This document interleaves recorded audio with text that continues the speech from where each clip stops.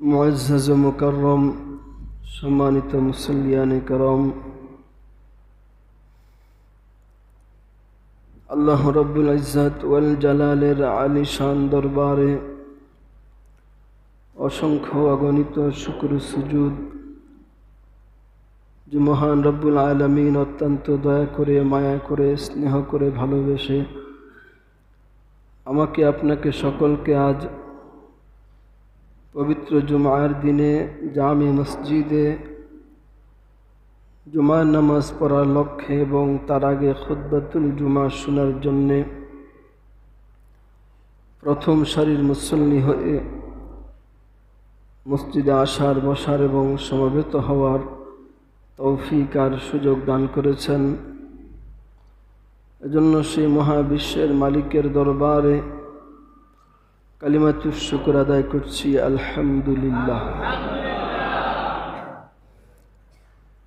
লক্ষ কোটি দুরূদ সালাম প্রেরিত হোক আল্লাহর সৃষ্টির প্রধান আকর্ষণ, বিশ্বসভার মহান সভাপতি আমাদের প্রিয় নবী মুহাম্মদুর রাসূলুল্লাহ সাল্লাল্লাহু আলাইহি ওয়াসাল্লামের উপর। সম্মানিত মুসল্লিয়ানে করম, ইতিপূর্বে ঈদুল আজহা অতিবাহিত হয়েছে। হজ, কোরবানি,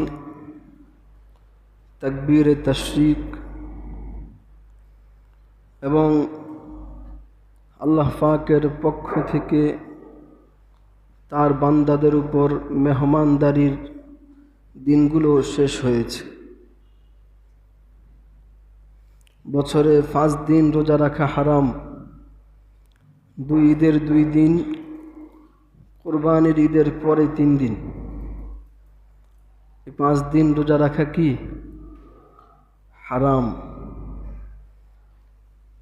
2 ঈদের 2 দিন তো বুঝলাম আমাদের ধর্মীয় উৎসব, এজন্য এই 2 দিন রোজা রাখা হারাম। কোরবানির ঈদের পরে 3 দিনের কারণ কি? কারণ হচ্ছে এই 3 দিন আল্লাহর পক্ষ থেকে বান্দাকে মেহমানদারি করাবে। আর আল্লাহ যখন বান্দাকে মেহমানদারি করাবে, তখন বান্দা যদি কয় যে আমি রোজা আছি, এটা হইল? এজন্য আল্লাহ তাআলা এটাকে হারাম করে দিয়েছে, যে 3 দিন রোজা রাখা কি হারাম। মোট বছরে 5 দিন রোজা রাখা হারাম, তার মানে রোজা রাখলে গুনাহ হবে। এই 5 দিন রোজা রাখলে কি হবে? গুনাহ হবে। ইবাদত হচ্ছে আল্লাহর হুকুম মানার নাম। আল্লাহ যখন বলবে করতে, তখন করা সওয়াবের কাজ, যখন নিষেধ করবে তখন ওই একই কাজ না করাই সওয়াবের কাজ। এই 3 দিন রোজা না রাখা সওয়াবের কাজ, রাখা গুনাহের কাজ। বুঝাইতে পারছি?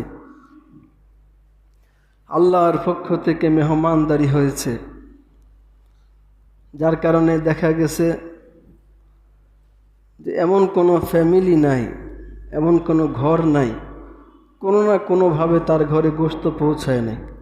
ঠিক না? আছেন এখানে কেউ এমন যে আমার ঘরে কোনো না কোনোভাবে গোশত পৌঁছায় নাই? নাই? আছেন?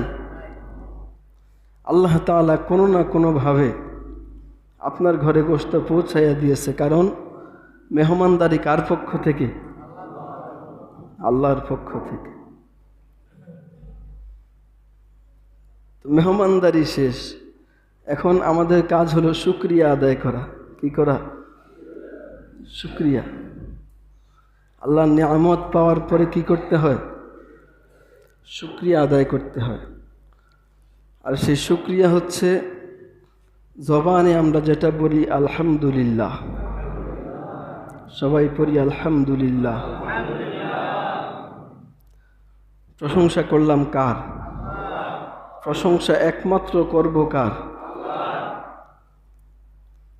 প্রশংসার শুধুমাত্র, কেবলমাত্র, একমাত্র মালিক মহান রব্বুল আলামিন, আমাদের আল্লাহ। ঠিক কিনা? তো শুকরিয়া আদায় করব আমরা আল্লাহ তাআলার হামদ ও সানার মাধ্যমে। সেই শুকরিয়া নিয়েই আজকে কিছু কথা বলবো ইনশাআল্লাহ। আল্লাহ তৌফিক দান করুক। আল্লাহ তাআলা কোরআনে কারিমে বলছেন, লা ইন শাকারতুম, যদি তোমরা শুকরিয়া আদায় করো, লা আযীদান্নাকুম, অবশ্যই অবশ্যই আমি তোমাদেরকে বাড়িয়ে দিব। বাড়িয়ে দিব বলছে কে? না কোনো মানুষ? মানুষ যদি বলে দিতেও পারে, নাও দিতে পারে, ঠিক কিনা? তা আল্লাহ তাআলা বলছে যে আমি বাড়িয়ে দিব। এই যে বাড়ায়া দিবে, কোনো সন্দেহ আছে? আল্লাহর ভান্ডারে কোনো অভাব আছে? আল্লাহ বলছে বাড়ায়া দিব।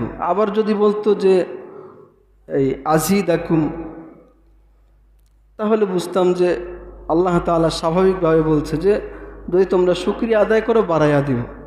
আল্লাহ এভাবে বলে নাই, বলেছে লা আযীদান্নাকুম, লামে তাকিদ বা নুনে তাকিদ সাকিলা।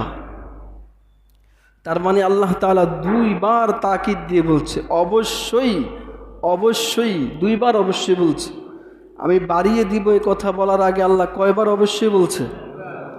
লা আযীদান্নাকুম, অবশ্যই অবশ্যই আমি বাড়িয়ে দিব যদি শুকরিয়া আদায় করো। আর ওয়ালা ইন কাফারতুম, যদি কুফরি করো, অস্বীকার যদি করো, তো ইন্না আযাবি লাশাদীদ, নিশ্চয় আমার আযাব বড় মারাত্মক, বড় কঠিন। এজন্য শুকরিয়া আদায় করব তো আল্লাহর। আল্লাহ তাআলার শুকরিয়া প্রতিটি মানুষের উপর আল্লাহ তাআলা ফরজ করে দিয়েছে। আপনারা ঘুমাইতেছেন কে কে? ঘুমাইতেছেন? মাথা নিচে দিছেন কেন? মাথা আমার উপরের দিকে দেন, মাথা কেউ নিচের দিকে দিবেন না। আমি কথা বলতে আমার কষ্ট আছে, তো আপনি শুনবেন না? এখানে এসে ঘুমাইতে আসছেন? মসজিদে কি ঘুমানোর জন্য আসা হয়েছে নাকি? তাহলে কেন ঘুমাবেন? আমার দিকে তাকান, ঘুমের জায়গা না এটা। আপনি ঘুমাইলে বাসায় ঘুমাইতেন, খুতবার আগে দিয়ে আসতেন, কত মানুষ তো আসে। এটা ঘুমের জায়গা না, এটা মসজিদ। আসছি ইবাদত করার জন্য, দ্বীনের কথা শুনবো, সে শুনে তারপরে আমল করব, এজন্য না। তাহলে এখানে ঘুমাইলে কি আর সেটা হবে? আমি কথাগুলো বলছি, এগুলোর পিছনে আমার পরিশ্রম আছে। আপনি যদি না শুনেন তাহলে আমার পরিশ্রমটা তো বৃথা গেল। রাগ করলেন? আপনি শুনলে কি আমার লাভ হবে? কি কোন আমার লাভ হইব? আপনি শুনলে আপনারই লাভ।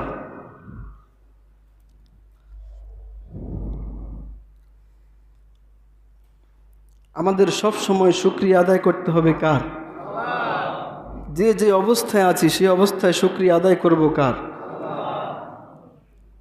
আপনি বলবেন আমার তো শুকরিয়া আদায় করার কিছুই নাই হুজুর, আমার তো আল্লাহ কিছুই দেয়নি।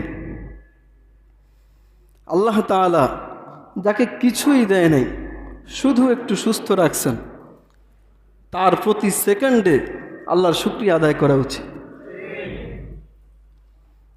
আমি আপনি যে অক্সিজেন গ্রহণ করতেছি, এই অক্সিজেন এটা দামি না কম দামি? একজন মানুষ প্রতিদিন 550 লিটার অক্সিজেন গ্রহণ করে। এই 550 লিটার অক্সিজেন যদি আপনি পানির দরেও কিনেন, পানি 1 লিটার 30 টাকা না? কত? পানির দরেও যদি আপনি অক্সিজেন কিনেন, তাহলে 550 লিটার পানির মূল্য আসবে 16,500 টাকা, 16,500 টাকা। প্রতিদিন আপনাকে আল্লাহ তাআলার কাছে বিল পরিশোধ করতে হতো 16,500 টাকা। এটা কি আমাদের দ্বারা সম্ভব হইতো? এটা আল্লাহ তাআলা আমাদের উপর দয়া করে নাই? এজন্য শুকরিয়া আদায়ের দরকার আছে না নাই? একটা মুক্ত নিঃশ্বাস, মন ভরে একটা নিঃশ্বাস গ্রহণ করা যে কত দামি, এটা আমরা না বুঝলেও আমাদেরকে বুঝায় গেছেন যমুনা গ্রুপের চেয়ারম্যান। লোকটার নাম কি জানি? হ্যাঁ, নুরুল ইসলাম বাবুল না? নুরুল ইসলাম সাহেব। করোনার সময় তিনি মারা গেছেন। তিনি বলছেন, আমাকে একটা নিঃশ্বাস নিতে দাও, মন ভরে আমি একটা নিঃশ্বাস নিব, বিনিময়ে আমার পুরা যমুনা গ্রুপ তোমাদের নামে লিখে দিব। কি বুঝলেন? মন ভরে একটা নিঃশ্বাসের দাম যদি হয়, যমুনা গ্রুপের সব সম্পত্তি, সহায় সম্পত্তির মালিকানা দিয়ে দিতে পারে একটা নিঃশ্বাসের বিনিময়, তাহলে আমরা প্রতিদিন এমন কত হাজার নিঃশ্বাস নিচ্ছি। দৈনিক 1,60,000 বার আমরা নিঃশ্বাস নিচ্ছি, ছাড়তেছি। আর একটার মাত্র বিনিময় যমুনা গ্রুপের চেয়ারম্যান সব দিয়া দিতে চাইছে যে আমার একটা নিঃশ্বাস শুধু নেওয়ার সুযোগ দাও। কিন্তু পাইছে? তাহলে এটা আল্লাহ তাআলার নিয়ামত কিনা? কথা বলেন, আরে স্বীকার করেন। পড়ি আলহামদুলিল্লাহ।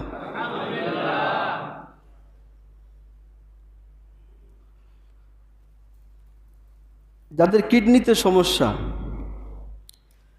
ডায়ালাইসিস করতে হয় সপ্তাহে 2 বার 3 বার 4 বার, এই ডায়ালাইসিস করতে হাজার হাজার টাকা ব্যয়।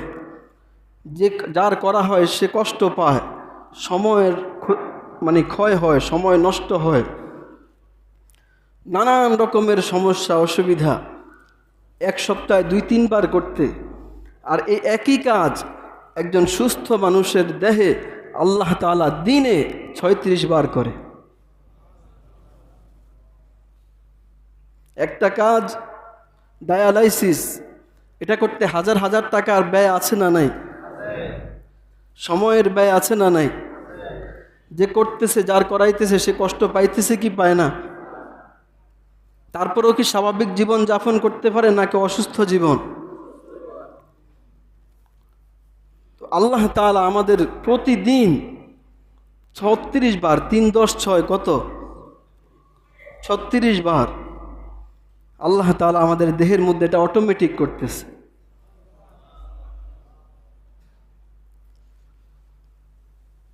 পড়ি আলহামদুলিল্লাহ। আল্লাহ তাআলার এই নিয়ামতগুলো যদি খুলে খুলে বলতে যাই তাহলে বলে শেষ করা যাবে না। কারণ আল্লাহ তাআলা নিজেই বলেছেন, وَإِن تَعُدُّوا نِعْمَةَ اللَّهِ لَا تُحْصُوهَا إِنَّ الْإِنسَانَ لَظَلُومٌ كَفَّارٌ। যদি তোমরা আমার নিয়ামত গণনা করতে থাকো, লা তুহসুহা, আমার নিয়ামত গুণে শেষ করতে পারবে না। এরপরে আল্লাহ বলছেন, ইন্নাল ইনসানা, নিশ্চয়ই মানুষেরা, লাযলুমুন কাফফার, বড়ই জালেম, বড়ই অকৃতজ্ঞ। আল্লাহর শুকরিয়া আদায় করে শেষ করার মতো না। এজন্য পয়গম্বর দাউদ আলাইহিস সালাম উনি বলছিলেন যে, আল্লাহ, আমি তোমার শুকরিয়া আদায় করে শেষ করব কিভাবে? আমি যে শুকরিয়া আদায় করতে পেরেছি এটারও তো একটা শুকরিয়া আছে, আছে না নাই? বহু মানুষ তো শুকরিয়া আদায় করতে হবে এটাই জানে না, শুকরিয়া যে আদায় করতে হয় এটা জানে না। আবার বহু মানুষ জানলেও শুকরিয়া আদায় করে না। তুমি আমাকে জানাইছো শুকরিয়া আদায় করতে হবে, আবার আমি যে এইবার শুকরিয়া আদায় করতে পারলাম, তো এটার জন্য তো একটা শুকরিয়া আদায় করা দরকার। তো পরের বার আবার শুকরিয়া আদায় করলাম, ওইবার যে আবার শুকরিয়া আদায় করলাম ওটার জন্য তো আবার শুকরিয়া আদায় করা দরকার। তো যতবার শুকরিয়া আদায় করছি ততবারের জন্য তো আবার শুকরিয়া আদায় করা দরকার। অতএব আল্লাহ, তোমার শুকরিয়া আদায় করা আমাদের বান্দাদের পক্ষে সম্ভব না। আল্লাহ তাআলা বলছেন, দাউদ, এই তোমার শুকরিয়া আদায় হয়েছে। শুকরিয়া আদায় করার যোগ্যতা নিজের মধ্যে না রাখা, আমার কাছে আল্লাহর শুকরিয়া আদায় করার ভাষা নাই, যোগ্যতা নাই, এই কথা বুঝতে পারা, এটাই শুকরিয়া।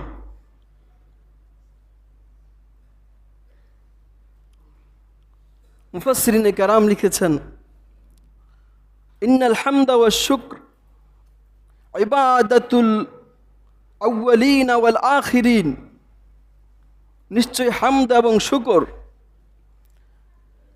এটা ইবাদত আউয়ালিনদের এবং আখিরিনদের, পূর্ববর্তীদের এবং পরবর্তীদের ইবাদত আল্লাহর হামদ সানা বয়ান করা। ওয়া ইবাদাতুল মালাইকাতি ওয়াল আম্বিয়া, এবং শুকরিয়া হামদ শুকর এটা হচ্ছে ফেরেশতাদের ইবাদত, বলুন সুবহানাল্লাহ। ওয়া ইবাদাতুল আম্বিয়া, এটা হচ্ছে নবীদের ইবাদত।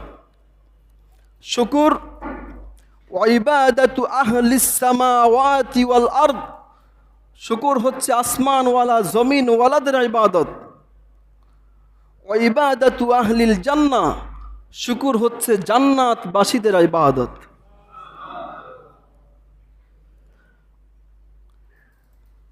হাদিস শরীফে এসেছে, লাম্মা খালাকাল্লাহু আদম, আল্লাহ তাআলা যখন হযরত আদম আলাইহিস সালামকে সৃষ্টি করেছেন, ওয়া নাফাখা ফীহি রূহ, হযরত আদম আলাইহিস সালামের নাক দিয়ে রূহকে ফুঁকে দিয়েছেন, বলুন সুবহানাল্লাহ। ফাআতাশা আদম, অতঃপর আদম আলাইহিস সালাম তিনি হাসি দিয়েছেন। কি দিয়েছেন? হাসি দিয়েছেন। হাসি দেওয়ার পরে ফাকালা আলহামদুলিল্লাহ, হযরত আদম আলাইহিস সালাম আলহামদুলিল্লাহ পড়েছেন। তাহলে আপনারা বলুন, পৃথিবীর প্রথম মানুষের নাম কি? হযরত আদম আলাইহিস সালাম। আর আদম আলাইহিস সালামের জবানের প্রথম কথাটা কি? আলহামদুলিল্লাহ। এজন্য মুফাসসির লিখেছেন, ইন্নাল হামদা ওয়াশ শুকর ইবাদাতুল আউয়ালিন ওয়াল আখিরিন। তাহলে মানব জাতির এ সফর, মানব জাতির এই ইতিহাস শুরু হয়েছে আলহামদুলিল্লাহ দিয়ে, ঠিক কিনা? কি দিয়ে? কার শুকরিয়া দিয়ে? কার প্রশংসা দিয়ে? মানব জাতির এই সফর শুরু হয়েছে আল্লাহর প্রশংসা দিয়ে, আলহামদুলিল্লাহ দিয়ে। এটি হচ্ছে আম্বিয়া আলাইহিম সালামদের ইবাদত, নবীদের ইবাদত। হযরত নূহ আলাইহিস সালাম যখন আল্লাহ তাআলা ওনাকে হুকুম করলেন, তুমি কিস্তি বানাও, নৌকা বানাও, জাহাজ বানাও, তিনি বানালেন। বানানোর পরে তিনি যখন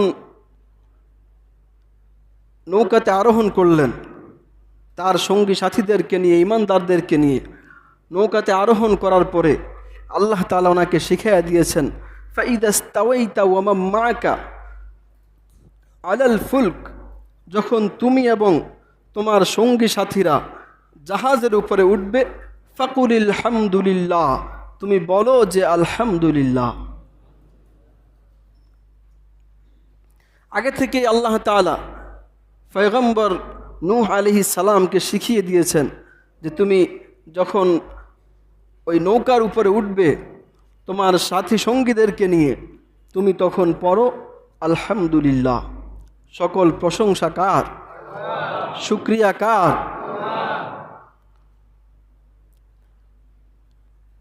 হযরত নূহ আলাইহিস সালামকে আল্লাহ তাআলা এটা শিক্ষা দিয়েছেন। নূহ আলাইহিস সালাম সেখানে উঠে পড়েছেন আলহামদুলিল্লাহ, আল্লাহর শুকরিয়া আদায় করেছেন, আল্লাহর প্রশংসা করেছেন, আল্লাহর গুণকীর্তন করেছেন। হযরত ইব্রাহিম আলাইহিস সালাম, ইব্রাহিম আলাইহিস সালাম ওনাকে আল্লাহ তাআলা বৃদ্ধ বয়সে দুইটা সন্তান দান করছেন, একজন ইসমাঈল আর একজন ইসহাক। এই দুইজনকে দান করেছেন। ইব্রাহিম আলাইহিস সালাম ইসমাঈল এবং ইসহাক দুই সন্তানকে পেয়ে বলেছেন, আলহামদুলিল্লাহিল্লাযী ওয়াহাবালি আলাল কিবারি ইসমাঈল ওয়া ইসহাক ইন্না রাব্বি লাসামিউদ দুআ। আল্লাহ বলেন, প্রশংসা ওই আল্লাহর যিনি আমাকে আলাল কিবারি বৃদ্ধ বয়সে ইসমাঈল ওয়া ইসহাক, ইসমাঈল এবং ইসহাককে আমাকে দান করেছেন। সকল প্রশংসা সেই আল্লাহর। ইন্না রাব্বি লাসামিউদ দুআ, নিশ্চয় আমার রব তিনি সকল দোয়া শুনেন, মানুষের দোয়া তিনি শ্রবণ করেন। হযরত ইব্রাহিম আলাইহিস সালামও প্রশংসা করলেন কার? হযরত মূসা আলাইহিস সালাম ফেরাউনের কবল থেকে মুক্তি পেয়ে তিনিও প্রশংসা করছেন কার? এতে করে বোঝা গেল যে কোনো জালেম সম্প্রদায় থেকে কেউ যদি নাজাত পেয়ে যায় তখন শুকরিয়া আদায় করতে হয় কার? আল্লাহর শুকরিয়া আদায় করতে হয়।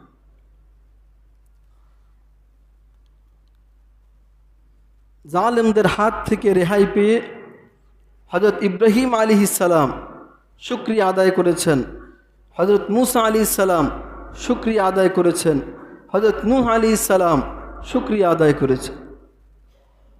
আমাদেরকেও আল্লাহ তাআলার শুকরিয়া আদায় করতে হবে। হযরত ইব্রাহিম আলাইহিস সালাম সন্তান পেয়ে আল্লাহর শুকরিয়া আদায় করেছেন নাকি হ্যাপি বার্থডে পালন করছেন? কথা বলেন, কি করছেন? শুকরিয়া আদায় করছেন। আর আমরা কি করি? আল্লাহ তাআলার কোনো নিয়ামত পাওয়ার পরে আমরা আল্লাহ তাআলার অবাধ্য হয়ে যাই। আল্লাহ তাআলা যেভাবে নারাজ হবে সে কাজগুলো করি, যে কাজগুলো করলে আল্লাহ তাআলা অসন্তুষ্ট হবে সেগুলো করি। অথচ আল্লাহ তাআলার হুকুম হচ্ছে নিয়ামত পাওয়ার পরে আমার শুকরিয়া আদায় করো। আমরা শুকরিয়া আদায় না করে আমরা আল্লাহ তাআলার নাফরমানি করে বসি। একটা সন্তান এটা আল্লাহ তাআলার নিয়ামত, ঠিক কিনা বলেন? সন্তান যার নাই সে বুঝে সন্তান কি জিনিস। যাকে আল্লাহ তাআলা সন্তান দেয় নাই সে বুঝে যে সন্তান কি জিনিস। আবার যাকে আল্লাহ তাআলা ছেলে সন্তান দিয়েছে মেয়ে সন্তান দেয় নাই সে বুঝে যে মেয়ে সন্তান কি জিনিস। যাকে আল্লাহ তাআলা মেয়ে দিছে ছেলে দেয় নাই সে বুঝে যে ছেলে কি জিনিস। আল্লাহর নিয়ামত কিনা। সে নিয়ামত পাওয়ার পরে কি আল্লাহর নাফরমানি করব না শুকরিয়া আদায় করব? কিন্তু হ্যাপি বার্থডের নামে যেগুলো হয় এগুলো কি আল্লাহর শুকরিয়া না নাফরমানি? ডিজে পার্টি দেয় কি দেয় না বলেন? দেয় কি না? এটা কি আল্লাহ নাফরমানি না সওয়াবের কাজ? নাফরমানি করলে আল্লাহ খুশি হবে না নারাজ হবে? আমাদের প্রত্যেকটা ক্ষেত্রে দেশের রাষ্ট্রীয় যে কোনো বিষয়, রাষ্ট্রীয় যে কোনো শুকরিয়ার বিষয় সময়ে যেখানে আমাদের শুকরিয়া আদায় করার দরকার আল্লাহর সন্তুষ্টির জন্য, সেখানে হয়ে যায় নাফরমানি। বিজয় দিবস এটা একটা জাতির জন্য অত্যন্ত খুশির বিষয়, আনন্দের বিষয়, কিন্তু সেটাকেও গান বাদ্য বাজনা বিজাতীয় সংস্কৃতি এগুলো দিয়ে সেটাকে সাজানো হয়েছে। আমাদের দেশের যে সমস্ত মুক্তিযোদ্ধারা আছে, ফ্রিডম ফাইটার, এই মুক্তিযোদ্ধারা তাদেরও মৃত্যুর পরে এমন কিছু কাজ করা হয় যেগুলো মুসলমানদের সংস্কৃতির সাথে যায় না, ঠিক কিনা বলেন? এজন্য বগুড়ার ওই দিকের এক এমপি সাহেব দৃষ্টান্ত স্থাপন করছে যে উনি মৃত্যুর আগে বইলা গেছে যে আমার মৃত্যুর পরে শরীয়ত বিরোধী, ইসলাম বিরোধী, বেদাতি কোনো কর্মকাণ্ড যেন, আমি মুক্তিযোদ্ধা ভালো ঠিক আছে, কিন্তু আমার ওসিয়ত, আমার পক্ষ থেকে ওসিয়ত হচ্ছে আমার মৃত্যুর পরে যেন এগুলো না হয়,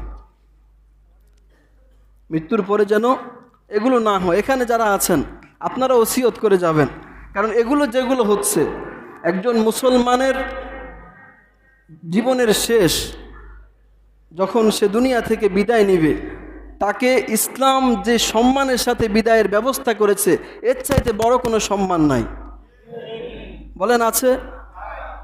ইসলাম যে সুন্দর সম্মানের ব্যবস্থা রেখেছে, পবিত্র অবস্থায় প্রতিটা মানুষ তাকে সামনে নিয়ে, সে হোক রাস্তার ভিখারি, তাকে সামনে নিয়ে, তাকে নিয়ে একটা আয়োজন হয়, সমস্ত মানুষগুলো পিছনে দাঁড়িয়ে মহান রবের কাছে বলে, মালিক, আমাদের ভাই ছিল, বন্ধু ছিল, আমাদের আপনজন ছিল, তোমার হাতে সুপর্দ করলাম, তুমি তাকে ভালো রাখিও। এর চাইতে সুন্দর আর কোনো ব্যবস্থা আছে?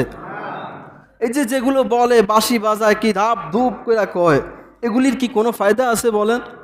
এগুলো যদি সারা জীবন দাঁড়ায় দাঁড়ায় করে কারোর জন্য, তার কোনো সওয়াব হবে? কবরে আযাব মাফ হবে?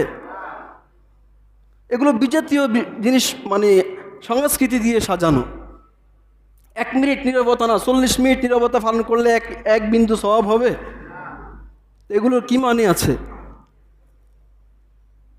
এগুলো বিজাতীয় সংস্কৃতি। আমরা ওসিয়ত করে যাব, যারা মুক্তিযোদ্ধা, আমাদের সম্মান আছে, আমাদের সে সম্মান আল্লাহ তাআলা দিয়েছেন। আর মুক্তিযুদ্ধের যে বাংলাদেশ বিজয় হয়েছে, এই বিজয়টাও সম্পূর্ণ আল্লাহর দান, ঠিক কি না? যদি আমরা কখনো অমুককে আমাদের সঙ্গী মনে করি, বন্ধু মনে করি, তাদের কারণে হয়েছে, তমুককে সঙ্গী মনে করি, বন্ধু মনে করি, তাদের কারণে হয়েছে, না, মুসলমান বলবে যে এই বিজয় একমাত্র আল্লাহ তাআলা আমাদেরকে দিয়েছে। মুসলমান বুক টান করে দাঁড়িয়ে বলবে যে এই বিজয় আল্লাহর, আমরা মুসলমান রক্ত দিয়েছি, আর সেই রক্তের বিনিময়ে আমাদেরকে বিজয়ের মালা আল্লাহ পরিধান করাইছে। এটা অন্য কারো ক্রেডিট না, অন্য কেউ আমাদের ঘরে এনে আমাদের বিজয় এনে দেয় নাই। মুসলমান রক্ত ঝরিয়েছে, সে রক্তের বিনিময়ে আল্লাহ আমাদেরকে বিজয় দিয়েছে, ঠিক কি না বলে? তো এই জন্য এই বিজাতীয় সংস্কৃতি, এগুলো দিয়ে কোনো ফায়দা নাই। যেগুলো দিয়ে সাজানো হয়েছে রাষ্ট্রীয় সম্মান, আমাদেরকে যে সম্মান আল্লাহ দিয়েছে বিদায়ের সময়ে, সেটাই সর্বোচ্চ সম্মান। এর চাইতে বড় কোনো সম্মান হতে পারে না। তো যাই হোক, বলতেছিলাম যে ইন্নাল হামদা ওয়া শুকর ইবাদাতুল মালাইকাতি ওয়াল আম্বিয়া, নিশ্চয় হামদ এবং শুকুর এগুলো ইবাদত, ফেরেশতাদের ইবাদত, নবীদের ইবাদত। ওয়া ইবাদাতু আহলিস সামাওয়াতি ওয়াল আরদ, আসমান জমিনের যারা বাসিন্দা তাদের ইবাদত হচ্ছে হামদ এবং শুকর। ওয়া ইবাদাতু আহলিল জান্নাহ, জান্নাতবাসীদের ইবাদত হচ্ছে আল্লাহর হামদ এবং শুকরিয়া আদায় করা। বলুন সুবহানাল্লাহ। তাহলে বলুন, জান্নাতীদের আমল কোনটা? আল্লাহর শুকরিয়া আদায় করা। কি করা? এটা জান্নাতীদের ইবাদত। কাদের ইবাদত? জান্নাতীদের ইবাদত। সুতরাং ভালো কিছু হলেই আমরা শুকরিয়া আদায় করব কার? আল্লাহর শুকরিয়া আদায় করব। কারো মাধ্যমে যদি হয়, কারো মাধ্যমে আপনি ভালো কিছু পাইলেন, চূড়ান্ত শুকরিয়া কিন্তু আল্লাহর, ঠিক কি না? সে আপনাকে দিয়েছে, এটা আল্লাহ তাআলা তাকে এলকা করেছে যে তাকে দাও, এজন্যই দিয়েছে। সে যদি আল্লাহ তাআলা যদি তাকে না দিতেন, না বলতেন, তাকে আদেশ না করতেন, তাহলে সে আপনাকে দিতে পারতো না। এজন্য চূড়ান্ত শুকরিয়া কার? আল্লাহর রাসূল সাল্লাল্লাহু আলাইহি ওয়াসাল্লাম বলেছেন, মাল্লাম ইয়াশকুরিন নাস লাম ইয়াশকুরিল্লাহ, যে মানুষের কৃতজ্ঞতা প্রকাশ করে না, সে আল্লাহরও কৃতজ্ঞতা প্রকাশ করেন। যারা কৃতজ্ঞ মানুষ, তারা মানুষেরও কৃতজ্ঞতা প্রকাশ করে, আল্লাহরও শুকরিয়া আদায় করে, ঠিক কি না? এজন্য কারো কাছ থেকে যদি কোনো নিয়ামত পান, তাহলে তার শুকরিয়া আদায় করা, এটাও সুন্নত। এটা কি? তার শুকরিয়া আদায় করা, তাকে কৃতজ্ঞতা প্রকাশ করা, এটা রাসূলের সুন্নত, এটা ইবাদত। আর চূড়ান্ত শুকরিয়া কার? আল্লাহ। তো এই শুকরিয়া হচ্ছে জান্নাতীদের ইবাদত, ইবাদাতু আহলিল জান্নাহ, জান্নাতবাসীদের ইবাদত। জান্নাতীরা যখন কিয়ামতের ময়দানে আল্লাহ তাআলা ঘোষণা করবে, রমতাজুল ইয়াওমা আইয়ুহাল মুজরিমুন, হে অপরাধীরা, গুনাহগারেরা, তোমরা আজকের দিনে নেককারদের থেকে আলাদা হয়ে যাও, আলাদা হয়ে যাও। তা আলাদা হয়ে যাওয়ার পরে কথা বলার পরে আর কি কিছু করার থাকবে? নাকি গুনাহগাররা আন্দোলন করবে, যারা আমরা থাকবো, আমরা এদের ছেড়ে যাব না? আন্দোলন করতে পারবে? কোনো আপিল করতে পারবে? সুপ্রিম কোর্টে আপিল করা যাবে?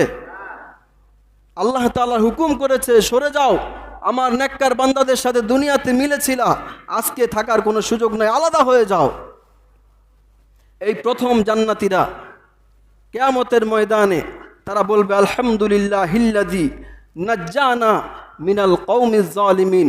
সকল প্রশংসা ওই আল্লাহ তাআলার, যিনি আমাদেরকে কওমে জালেমদের থেকে আলাদা করে দিয়েছেন। মিনাল কওমিল মুজরিমিন, মুজরিমিনদের থেকে আমাদেরকে আলাদা করে দিয়েছে। তখন একবার শুকরিয়া আদায় করবে। জান্নাতীদের প্রথম শুকরিয়া। কয় নম্বর শুকরিয়া? আরে ঘুমাইতেছেন আপনারা? কথা কোন? জান্নাতীদের কয় নম্বর শুকরিয়া এটা? এই প্রথম শুকরিয়া, যে আল্লাহ আমাদেরকে কি করছে? গুনাহগারদের থেকে আলাদা করে ফেলছে। এরপরে ফুলসিরাতের পারে আল্লাহ তাআলা হুকুম করবেন ফুলসিরাত পাড়ি দিয়ে জান্নাতে যেতে হবে।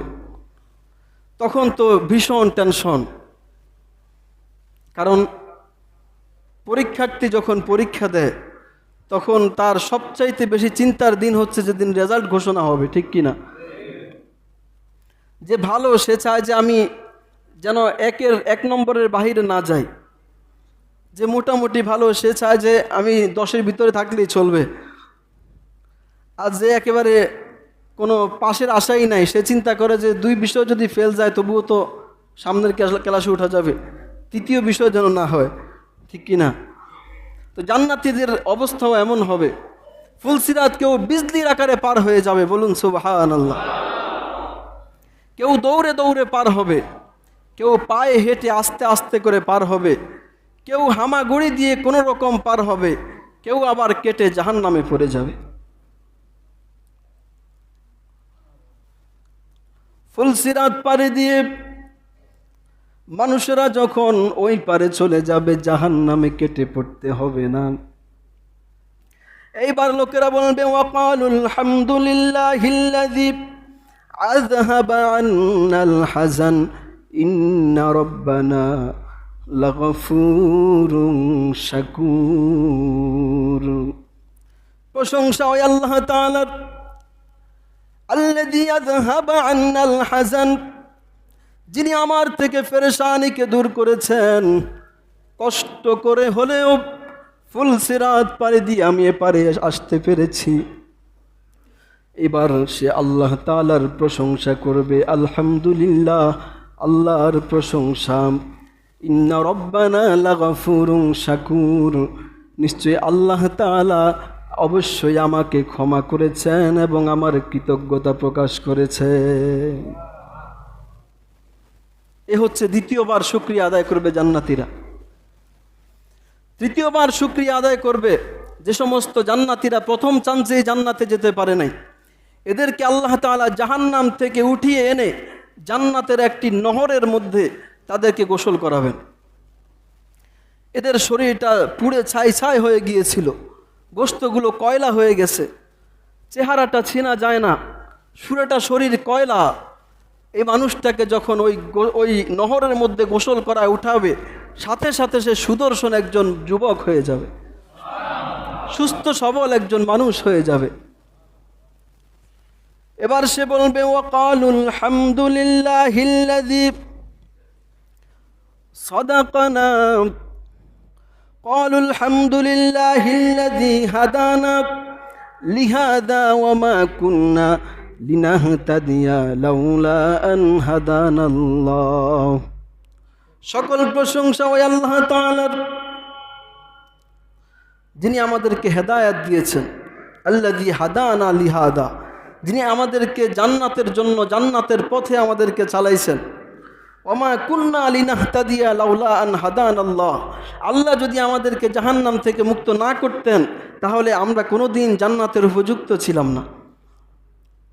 এইবার এখানে এসে তারা শুকরিয়া আদায় করবে। এই 3 নম্বর শুকরিয়া গেল। কয় নম্বর? 3 নম্বর শুকরিয়া। 4 নম্বরে তারা শুকরিয়া আদায় করবে যখন তাদেরকে জান্নাতে প্রবেশ করাবে, তখন তারা শুকরিয়া আদায় করবে। আল্লাযী আহাল্লানা দারুল মুকামাতি মিন ফাদলিহি লা ইয়ামাসসুনা ফিহা নাসাবুন ওয়া লা ইয়ামাসসুনা ফিহা লুগুব ওয়া ক্বালু আলহামদুলিল্লাহিল্লাযী সাদাকানা وعده وأورثنا الأرض نتبوأ من الجنة حيث نشاء فنعم أجر العاملين। এবার তারা শুকরিয়া আদায় করবে, আলহামদুলিল্লাহিল্লাযী সাদাকানা, সকল প্রশংসা ওই আল্লাহ তাআলার যিনি সত্য করেছেন, ওয়াদাহু, তার ওয়াদাকে, বলুন সুবহানাল্লাহ, ওয়া আওরাসানাল আরদ, এবং আমাদেরকে এই জমিনের অর্থাৎ জান্নাতের মালিক বানায়া দিয়েছেন, ওয়ারিস বানায়া দিয়েছেন। নাতাবাউউ মিনাল জান্নাতি হাইসু নাশা, এখন আমরা জান্নাতে বসবাস করব, যেখানে মনে চায় সেখানে ঘুরবো, বলুন সুবহানাল্লাহ। দুনিয়াতে মনে চাইলে যেখানে মনে চায় সেখানে যাওয়া যায়? অর্থের প্রয়োজন, সময়ের প্রয়োজন, সুযোগের প্রয়োজন, আর বিদেশে হইলে ভিসার প্রয়োজন, আরো কত কিছু, ঠিক কিনা? কিন্তু জান্নাতে আপনি মনে চাইবে আর সেখানে চলে যাবেন, বলুন সুবহানাল্লাহ। এই 4 নম্বর শুকরিয়া, ঠিক কিনা? যখন দেখবে যে এখানে আমরা স্থায়ী হয়ে গেছি, জান্নাতীরা যখন বুঝবে যে এখানে আমরা স্থায়ী হয়ে গেছি, এখান থেকে আর কোনোদিন বের হতে হবে না, আর কোনোদিন বের হতে হবে? যারা জান্নাতি হয়ে যাবে একবার, সে আর কোনোদিন সেখান থেকে বের হতে চাইবেও না, বের হতে হবেও না, বলুন সুবহানাল্লাহ। তখন তারা বলবে, ওয়াকালু আলহামদুলিল্লাহিল্লাযী আযহাবা আন্নাল হাযান ইন্না রাব্বানা লাগাফুরুন শাকুর আল্লাযী আহাল্লানা দারাল মুকামাতি মিন ফাদলিহি লা ইয়ামাসসুনা ফিহা নাসাবুন ওয়া লা ইয়ামাসসুনা ফিহা লুগুব। তারা বলবে, আল্লাযী আহাল্লানা দারুল মুকামাতি মিন ফাদলিহি, আল্লাহ তাআলা, ওই আল্লাহ তাআলার প্রশংসা যিনি আমাদেরকে এই চিরস্থায়ী আবাসস্থলে দিয়ে দিয়েছেন। লা ইয়ামাসসুনা ফিহা নাসাবুন, এখানে আমাদেরকে কোনো ধরনের কষ্ট আমাদেরকে গ্রাস করবে না। ওয়ালা ইয়ামাসসুনা ফিহা লুগুব, এখানে কোনো ক্লান্তিও আমাদেরকে স্পর্শ করবে না। চিরশান্তির জায়গা। কত নম্বর গেল? 5 নম্বর। কত নম্বর? 5 নম্বর। 6 নম্বরে জান্নাতীরা শুকরিয়া আদায় করবে। জান্নাতে যাওয়ার পরেই সাথে সাথে একটা নাস্তা আসবে, রুটি আর মাছের কলিজা ভুনা, বলুন সুবহানাল্লাহ। এই রুটি আর মাছের কলিজা সর্বপ্রথম জান্নাতীদের নাস্তা। এটা খাইয়া এবার জান্নাতীরা বলবে, আলহামদুলিল্লাহি রাব্বিল আলামিন, সকল প্রশংসা ওই আল্লাহ তাআলার জন্য যিনি সমগ্র জাহানের প্রতিপালক, বলুন সুবহানাল্লাহ। এই জান্নাতীরা 6 বার আল্লাহ তাআলার শুকরিয়া আদায় করবে। 6 ধাপে জান্নাতে গিয়ে শুকরিয়া আদায় করবে। তারপরে নতুন নতুন নিয়ামত পাবে আর নতুন নতুনভাবে আল্লাহর শুকরিয়া আদায় করবে। সেখানে শুধু শুকরিয়া আর শুকরিয়া, এজন্য এটাকে বলা হয়েছে ইবাদাতু আহলিল জান্নাহ, জান্নাতবাসীদের ইবাদত, বলুন সুবহানাল্লাহ। সুতরাং সেই জান্নাতীদের ইবাদত, জান্নাতীদের সে আমল আমরা করতে চাই কি চাই না? তাহলে প্রত্যেক নিয়ামতের শেষে শুকরিয়া আদায় করব কার? শুকরিয়া আদায়ের উপযুক্ত একমাত্র কে? শুকরিয়া পাওয়ার মালিক একমাত্র কে? আমাদেরকে যত নিয়ামত দেন, এই নিয়ামতগুলো দেন কে? সুতরাং শুকরিয়া আদায় করব আল্লাহ। রাজি আছি ইনশাআল্লাহ? সব সময় শুকরিয়া আদায় করব কার? ভালো অবস্থায় শুকরিয়া আদায় করব কার? খারাপ অবস্থায় শুকরিয়া আদায় করব কার? ছোট্ট একটা ঘটনা বলি, তাহলে মনে থাকবে।